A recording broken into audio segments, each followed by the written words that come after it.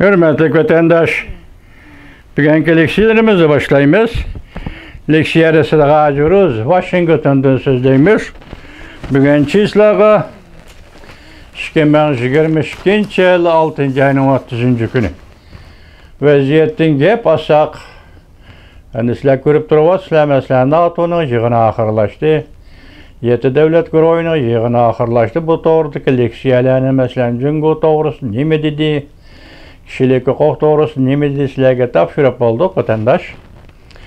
Şunun deyin ki Cungo'nun kıyafetleri, Cungo'nun işki vaziyeti bir iş bulamdı degen sual tuğulduğun boz yakından başlap meseleyi çağın Reis Xi Jinping oturusum şunda siz diyetler buluvatı digellik şeylerini bizlerge tapşırdık.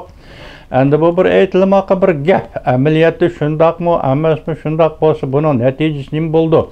Oma asla oturga çıkışı mümkün.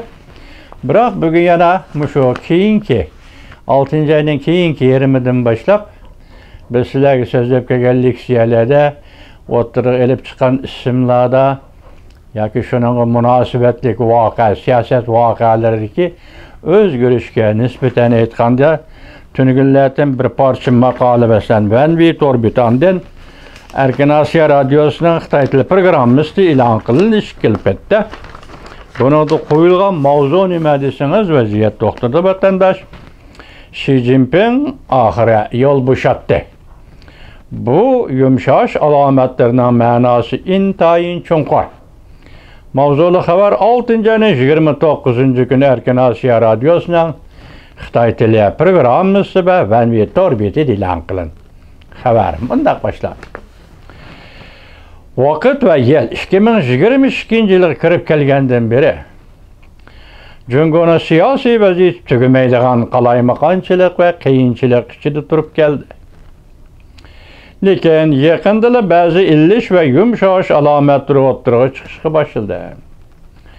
Cungo Kurulu'nun siyaset şunası Wu Chang Efendi yakında CEO yani He Peng Efendi'nin Aynak Televizyası'nın başlığı He Peng Efendi'nin məxsus ziyaretini kabul kılganda mındaq görsetdi.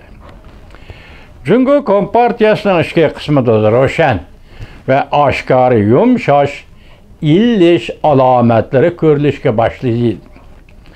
Ben mındaq hesaplayman deydi Muşa haberini yazıcı Wifu Efendi.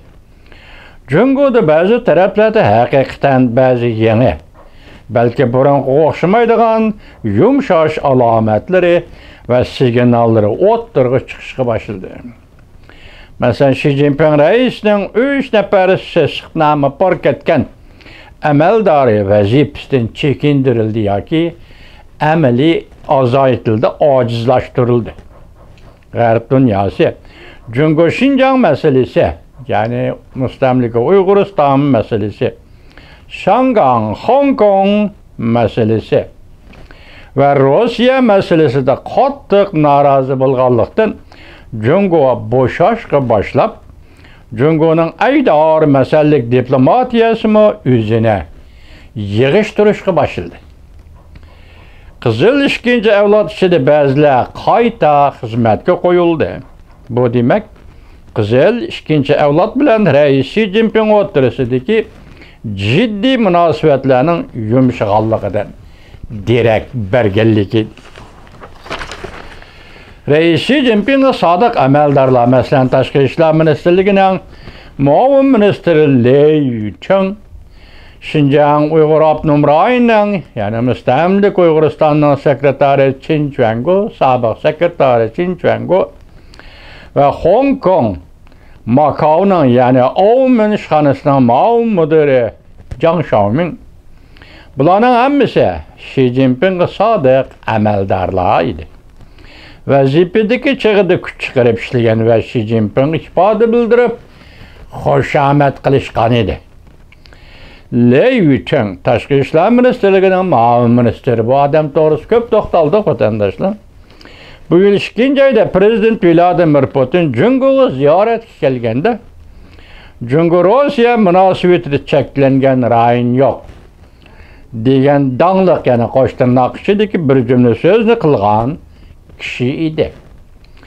Bunun bu sözleri şu çağda Reis Xi Jinping'in yürek sadasıga vekillik qilib, yaxshi bahoga erishgan. Lekin bir vaqtqa to'g'ri bo'lgan ish, yana bir vaqt to'g'ri bo'lmay qoladi. Yaqindan beri Rossiya Jungo munosabatida o'tirg'i chiqqan parishonlik Reis Xi Jinpingni sarosimaga soldi. Shuning bilan 1986-yildan boshlab diplomatiya sohasida ishlab kelgan Lei Yuchi bugun qurbonlik qo'yga aylanib, mamlakatlik radio televiziya idorasidan odatdagi xizmatkoriga aylandi. Sobiq sekretar, ya'ni Xinjiang Uyg'ur Avtonom rayonining sekretari Qin Chuangu Xinjiangda mustamlika Uyg'uristonda qalbidan chiqib ketgan vahshiy vositalarni ishga solib, milliondan ortiq Xinjianglik, ya'ni Uyg'uristonlikni qayta tarbiyalash lagerlariga nazarband qilib, Amerika boshchiligidagi G'arb dunyosi davlatlarining kollektiv la'nat o'qishini keltirib chiqardi. O, ya'ni Qin Chuangu o'tgan yilning oxirida 2021-yil 12-oyning 23-kuni Xinjiangdan mustamlika Uyg'uristondan yo'tkab ketilib, navbatdagi markaziy yezi xizmat guruhining muavin guruhi boshliqligi tayinlandi. Davomini olasiz.